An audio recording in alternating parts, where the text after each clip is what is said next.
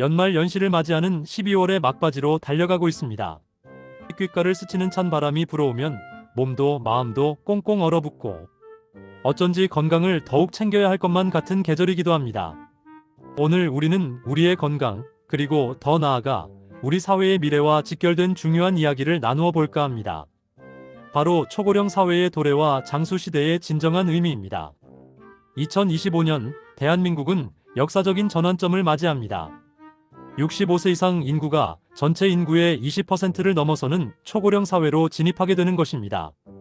이는 국민 5명 중 1명이 노인이라는 의미이며 우리 사회의 구조와 패러다임을 근본적으로 변화시킬 거대한 물결이 이미 시작되었음을 알리는 신호탄입니다. 단순히 오래 사는 것을 넘어 건강하고 행복하게, 그리고 사회의 구성원으로서 존엄하게 살아가기 위해 우리는 무엇을 준비해야 할까요? 장수시대는 축복일까요? 아니면 또 다른 도전일까요? 오늘 해피천사 공감TV에서는 이 질문에 대한 답을 찾아가는 여정을 시작합니다. 과학적 사실과 통계 데이터, 그리고 전문가들의 심층적인 분석을 통해 초고령 사회의 현실을 직시하고 건강한 장수를 위한 실질적인 방안을 모색하고자 합니다. 대한민국 초고령 사회 진입 냉철한 통계가 말하는 현실. 통계청의 최신 자료에 따르면 2026년 대한민국의 65세 이상 고령 인구는 전체 인구의 20.3%를 차지할 것으로 예상됩니다. 이 수치는 2030년에는 25%를 넘어설 것이며 2050년이 되면 무려 40%를 넘어설 것으로 전망되고 있습니다. 불과 7년 만에 고령화 사회에서 초고령 사회로 진입하는 이 속도는 전 세계적으로 유례를 찾기 어려울 정도로 빠릅니다. 프랑스가 115년, 미국이 73년, 독일이 40년이 걸린 것과 비교하면 대한민국의 고령화 속도는 가히 폭발적이라 할 수 있습니다. 이례적인 속도로 진행되는 고령화는 낮은 출산율과 함께 해방 이후 태어난 베이비붐 세대의 고령화가 복합적으로 작용한 결과입니다. 지역별 고령 인구 비율을 살펴보면 더욱 심각성을 체감할 수 있습니다. 이미 전라남도는 30.6%로 초고령 사회를 넘어선 초초고령 사회에 접어들었으며 경상북도 26.1%와 강원도 25.7% 또한 매우 높은 고령 인구 비율을 보이고 있습니다. 이는 농어촌 지역의 젊은 인구 유출과도 맞물려 지방 소멸 위기와도 직접적으로 연결되는 중요한 사회적 지표입니다. 수도권 역시 고령화가 빠르게 진행되고 있어 이제 고령화 문제는 특정 지역의 문제를 넘어 대한민국 전체의 문제가 되고 있습니다. 이러한 통계는 단순한 숫자가 아닙니다. 이는 우리의 삶, 우리의 경제, 우리의 사회 시스템 전반에 걸쳐 엄청난 변화와 도전을 예고하는 경고등입니다. 연령별 인구 구성비의 급격한 변화는 노동시장, 복지 시스템, 교육 시스템 등 사회 전반에 걸쳐 광범위한 재조정을 요구하고 있습니다. 그렇다면 초고령 사회가 우리에게 던지는 과제와 문제점은 무엇일까요? 초고령 사회의 그림자. 우리가 마주해야 할 도전들. 초고령 사회는 개인과 사회 모두에게 다양한 형태의 과제를 안겨줍니다.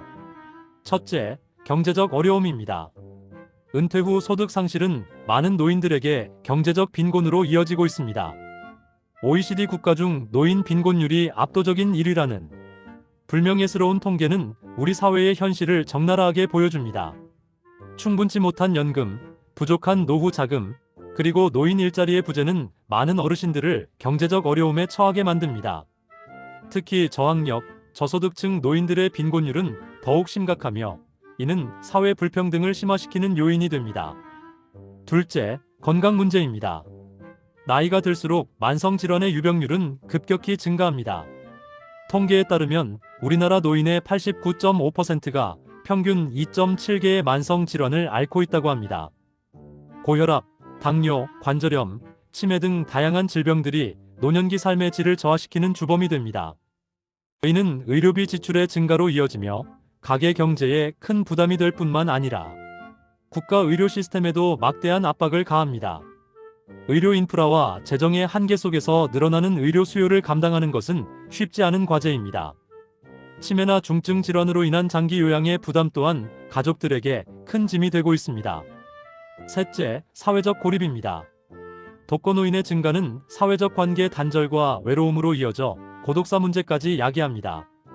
전체 노인의 32% 이상이 홀로 거주하고 있다는 사실은 우리 사회가 더 이상 개인의 문제가 아닌 공동체가 함께 해결해야 할 과제임을 시사합니다. 가족 해체와 개인주의의 심화는 노년층의 사회적 연결망을 약화시키고 이는 우울증과 같은 정신 건강 문제로 이어지기도 합니다. 사회적 고립은 건강 악화와 함께 삶의 의지를 꺾는 무서운 적입니다. 넷째, 노년 부양비의 증가입니다. 생산 연령 인구 100명이 부양해야 할 고령 인구의 비율을 나타내는 노년 부양비는 2020년 23.3명에서 2060년에는 무려 91.4명에 달할 것으로 전망됩니다.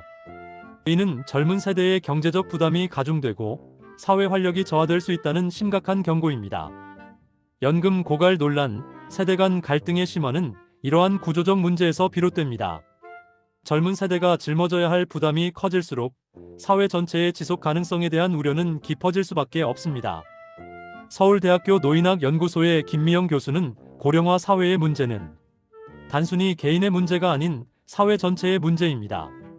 지속 가능한 사회를 위해 연금 개혁, 사회복지 시스템 강화, 노인 일자리 창출, 그리고 젊은 세대와 노년 세대 간의 이해와 협력을 증진하기 위한 다각적인 노력이 시급합니다. 라고 강조합니다. 이처럼 초고령 사회는 경제, 건강, 복지, 세대 갈등 등 다양한 측면에서 복합적인 문제들을 야기하며 우리 사회의 지속 가능성에 대한 근본적인 질문을 던지고 있습니다. 그렇다면 우리는 이 거대한 변화의 물결 속에서 어떻게 건강하고 의미 있는 장수를 이뤄낼 수 있을까요?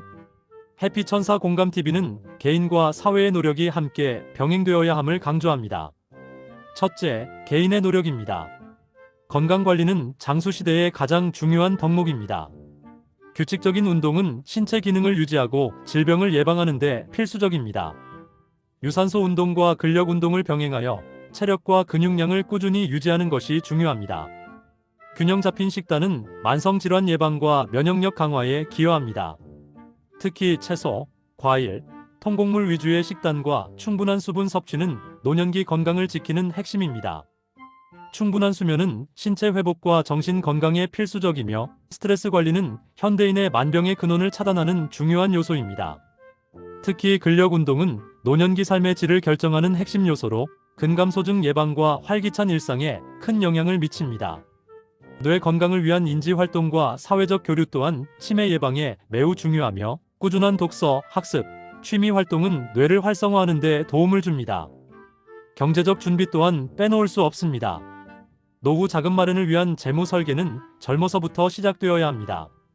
개인연금, 퇴직연금, 국민연금 등 다층적인 연금 시스템을 활용하고 장기적인 관점에서 자산을 효율적으로 운용하는 전략이 필요합니다. 예상치 못한 상황에 대비한 비상자금 마련도 중요합니다. 또한 평생 학습은 변화하는 사회에 적응하고 새로운 기술을 습득하며 자기 개발을 이어가는 중요한 수단입니다.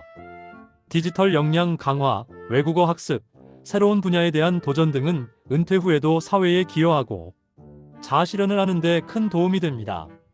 새로운 것을 배우고 도전하는 과정은 뇌를 활성화하고 삶의 활력을 불어넣습니다.